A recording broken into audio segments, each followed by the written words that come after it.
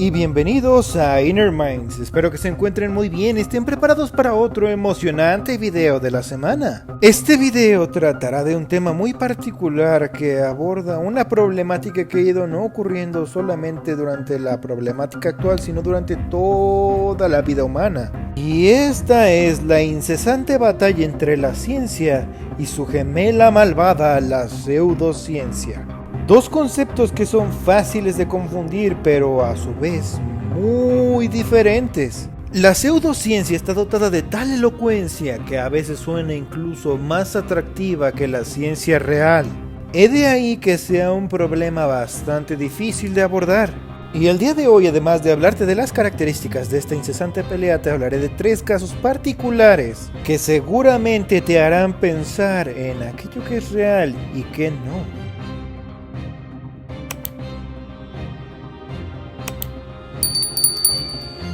Prepárate porque quizá alguna vez hayas caído en alguno de estos conceptos. El primer concepto que quiero abordar es uno ancestral. Y este es el de los productos milagro. Pero lo abordaré desde sus orígenes. Todos los conceptos mágico-religiosos de curación. Y hablando de curación milagrosa, por excelencia el rey es la medicina tradicional china. Tomando cosas tan erróneas o tan mal interpretadas que hasta podría llegar a sorprendernos que escapan el sentido común. Es entonces cuando yo debo preguntarte, por ejemplo, dime si acaso te comerías tus uñas o tu cabello. Probablemente lo único que consigas con esto es una indigestión y esto es lo menos, ya que podrías contraer incluso hasta una infección si no lo purificas bien o lo hierves o algo que lo haga que no tenga tantas enfermedades. Ahora déjame decirte que la mayoría de los menjurjes chinos ocupan esto mismo.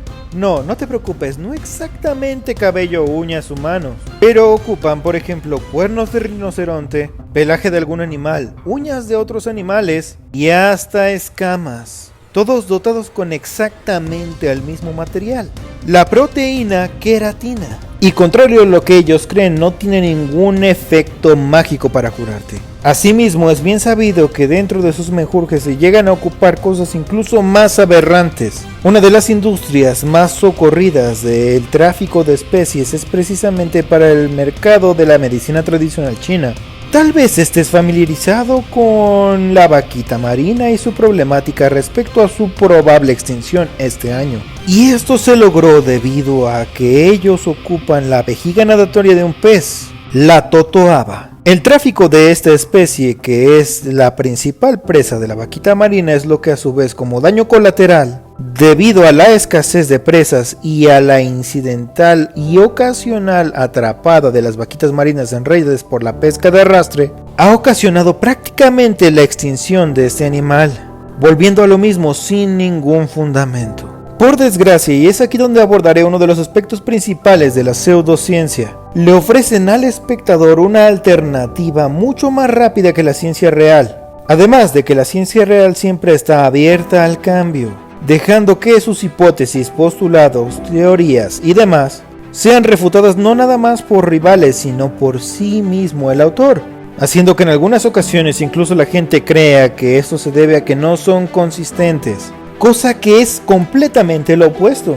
La ciencia está en constante cambio debido a que se sabe que no podemos tener un conocimiento perfecto sobre un fenómeno y que conforme el tiempo avance muy probablemente descubras cosas nuevas respecto a un fenómeno que le den aún una explicación más profunda, más detallada y resuelva más incógnitas. Por el contrario, la pseudociencia se enfoca en crear postulados que son prácticamente irrefutables, valiéndose de herramientas como la falsa equivalencia, sofismas lógicos, entre algunas otras herramientas que podrían hacer que en un debate sea muy difícil refutarlo, y sin embargo, escapando a la premisa principal de la ciencia, no son comprobables. Y normalmente cuando sus argumentos son agotados, recurren a la carta trampa y la premisa principal que tienen todas las personas que defienden estas ideas locas, las conspiraciones. Si bien es sabido que sí ha habido ocasiones donde se ha conspirado para ocultar algún tipo de conocimiento, las personas que defienden a la pseudociencia ocupan este tipo de argumentos para defender algo de manera irracional. Para abordar este punto, quiero tomar otro ejemplo un poco más contemporáneo. La pseudociencia en torno a la época actual sería el dióxido de cloro. ¿Qué hace que la gente lo quiera defender tanto? La respuesta resulta muy simple. En general, los seres humanos en la época actual no estamos acostumbrados al confinamiento prolongado. Esto nos lleva a generar casos de histeria colectiva que pueden derivarse en algunos tipos de malentendimiento en algunas áreas del conocimiento. Claro ejemplo de ello es este producto milagro, el dióxido de cloro, que no cuenta con el sustento científico mínimo requerido para siquiera ser considerado.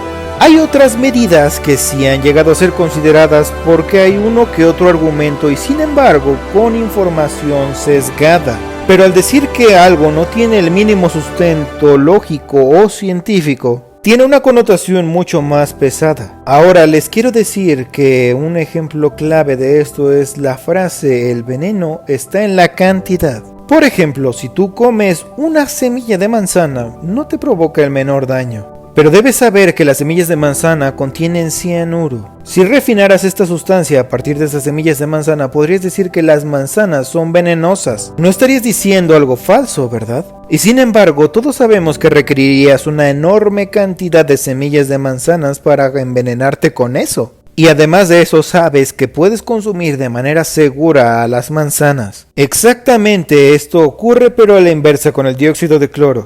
Alguien se cura por mera casualidad, ya que esta enfermedad de por sí misma es muy contagiosa pero no tan mortal.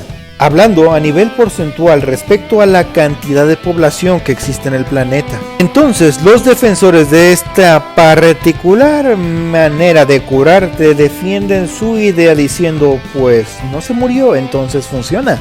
Ahora bien, muy probablemente no lo sepas, pero ni siquiera les están dando dióxido de cloro como lo promocionan. Es muy seguro que lo que les estén dando sea otra cosa y la principal función de esto es algo completamente científico pero completamente ajeno a la vez a este concepto, que es el efecto placebo. Cree que funciona y entonces funciona. Si bien el efecto placebo puede ayudarte, no se pueden dejar de lado los efectos secundarios que podría traer sustancias nocivas como esta, donde ya hay casos documentados de personas que han tenido daño renal o hepático al consumir estas sustancias de dudosa procedencia. El último caso y quizá el más importante punto que quiero abordar es el que ya mencioné sobre las conspiraciones. Y es aquí donde entra uno de los casos más grandes de peleas entre la ciencia y la pseudociencia, la vertiente de antivacunas.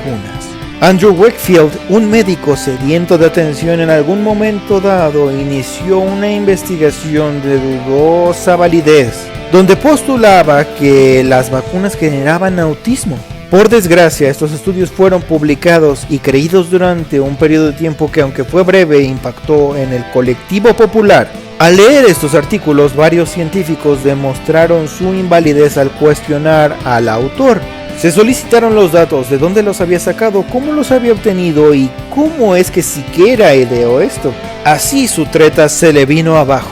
Tuvo que detractarse y asimismo le retiraron la cédula profesional. Pero era muy tarde y el colectivo popular ya había absorbido este conocimiento abrazándolo y no solo eso, adoptando a este médico inescrupuloso como un mártir de la corriente antivacunas.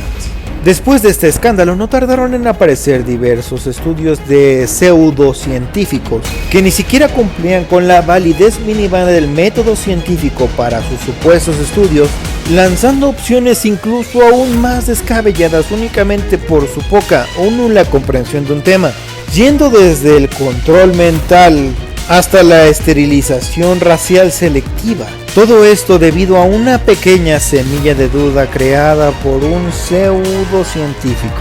Claro está que con mucho mayor elocuencia que muchos científicos. Y es exactamente ese punto donde flaquea la ciencia real. Tristemente, la mayoría de las veces la pseudociencia provee ideas más seductoras a la audiencia, ya que en general estas ideas son creadas por gente común, resolviendo precisamente dudas populares. Aunque te garantizo, querido oyente, que la ciencia real es igual o más apasionante. Cerrando el video de esta manera, díganme si les gustó por favor en los comentarios. No olviden que si comparten los videos y les dan like nos ayudan muchísimo.